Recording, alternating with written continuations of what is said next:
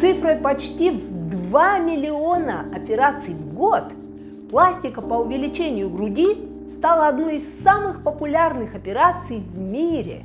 А знаете ли вы, что существует всего 4 способа этой операции? Какой из них выбрать? И что потом делать со шрамами? Прежде чем мы начнем, я хочу объяснить вам пару фактов, о которых клиентки почти никогда не задумываются перед операцией. Первое – это грудь женщины никогда не симметрична.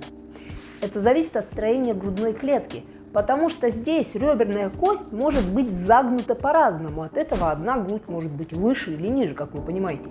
Не говоря уже о том, что если осанка женщины искривлена, это тоже повлияет на положение груди. Обсудите эти варианты с хирургом до операции, и он сделает вашу грудь максимально симметричной. Perfect. Вторая проблема – это килоидный рубец. Килоид – это такая особенность генетического организма, у некоторых людей 10%. Когда вместо нормального шва или рубца ткань начинает закручиваться, создавая грубый красный рубец. И это может произойти в самых неподходящих местах. Поэтому убедитесь, что у вас нет килоида перед операцией. Трансумбиликальная или туба, сокращение с английского, это первая техника, редкая и довольно-таки экзотичная – грудь через пупок. Доктор делает небольшой надрез внутри пупка, прокладывает с помощью эндоскопического оборудования туннели под грудь и с помощью этого же оборудования проталкивает тонкие силиконовые оболочки, которые составляют часть солинового протеза. Эти тоненькие оболочки он выстреливает под грудь и дальше через трубочку наполняет их солином, этой солево-гелевой жидкостью, чтобы создать подходящий объем. Как бы вот и все. После этого операция заканчивается. Реабилитация. Всего 1 день. На следующий день вы приходите в офис, из пупочка у вас торчит маленькая трубочка, и доктор смотрит, и вы вместе с ним. Устраивает вас новая грудь или нет. Хочется побольше, хочется поменьше. Если побольше, доливает туда же жидкости солинов.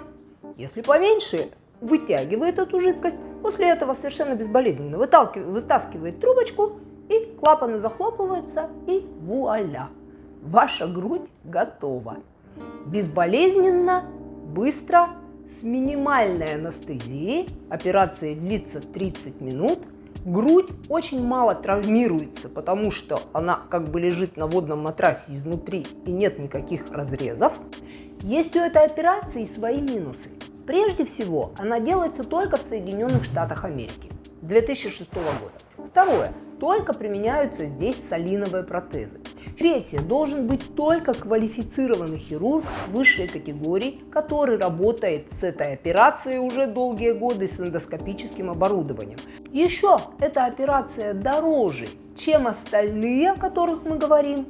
И что касается шрама, нас это очень интересует в этом видео, шрама не видно никакого. Естественная форма, потому что шрам запрятан внутри пупочка. Он не виден, в этом смысле все идеально. Техника номер 2. Трансаксиллярная. Это наша грудь через подмышку сейчас. Была через пупок, теперь через подмышку. Хирург делает надрез, соответственно, в подмышечной впадине. Карман для груди проходит длинным таким путем вот сюда и устанавливает силиконовый имплант, естественно. Но есть у нее свои минусы. Во-первых, довольно длительное заживление. Когда ставится имплант через подмышку, под мышцу еще к тому же, да, которая приподнимается, очень сложно после операции поднимать руки. Больно невероятно. Поэтому 2-3 недели нельзя заниматься спортом и довольно-таки болезненное заживление.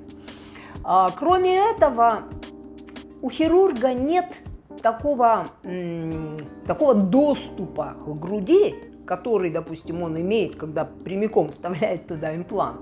И получается, что иногда имплант не полностью освобождается там, и поэтому грудь немножко смотрится высоковато с имплантом, который из подмышки. Как бы она немножко выше расположена, чем обычно. Ну вот, кроме этого, никаких других хитросплетений здесь нет. Шрам, соответственно, под мышкой находится. Вокруг груди все чисто, никакого шрама. И соски в нормальном, что называется, в нормальной чувствительности. Но если есть килоид, опять, снова говорю, или у кого-то плохо заживает, под мышкой при поднятии руки шрам будет довольно-таки виден. Третья техника – это периолярная техника, то есть техника внедрения импланта вокруг соска. Обычно хирург использует только нижнюю половиночку, чтобы аккуратненько сделать кармашек и поставить туда имплант. Техника довольно-таки распространенная. Заживление в среднем идет 2 недели. Результаты хорошие, и шов и шрам наш располагается вокруг соска. Какие плюсы и минусы у этой операции? Плюс хирургу гораздо проще с этой техникой контролировать установку протеза. Это, конечно же, силиконовый имплант, и ставит он его практически напрямую, поэтому очень хороший контроль за установкой импланта. Натуральный результат, но есть, конечно, и минус. Главный минус, что у нас в этой зоне, где сосок, находится очень много бактерий. И если какая-то бактерия заскочит туда, может развиться капсульная контрактура, то есть некая капсула, которая создаст осложнение после операции. Может быть более длительное заживление вокруг соска. И также, конечно, сосок может чувствовать в какое-то время, может онеметь и потерять чувствительность после этой операции, потому что она все-таки очень близко к соску производится. Как правило, заживление очень хорошее в зоне вокруг соска, и шрама практически не видно, потому что он сливается по цвету с более темной ореолой. Но будьте осторожны, если у вас есть килоид. Вот тогда в этой зоне делать надрез категорически нельзя, потому что шрам будет очень виден. 4-я техника – инфрамамарная, то есть со шрамом под грудью. Это самая старая, безопасная и любимая техника хирурга, потому что она самая простая. То есть хирург имеет полный контроль по поводу того, какого размера поставить имплант, как его поставить, потому что он делает надрез под грудью, и все у него перед глазами. Хирурги любят эту тему. Хорошая техника для больших имплантов или замены имплантов, или для любой процедуры, когда нужно вычистить что-то в груди и так далее, очень удобно под складкой делать надрез, и видно всю грудь.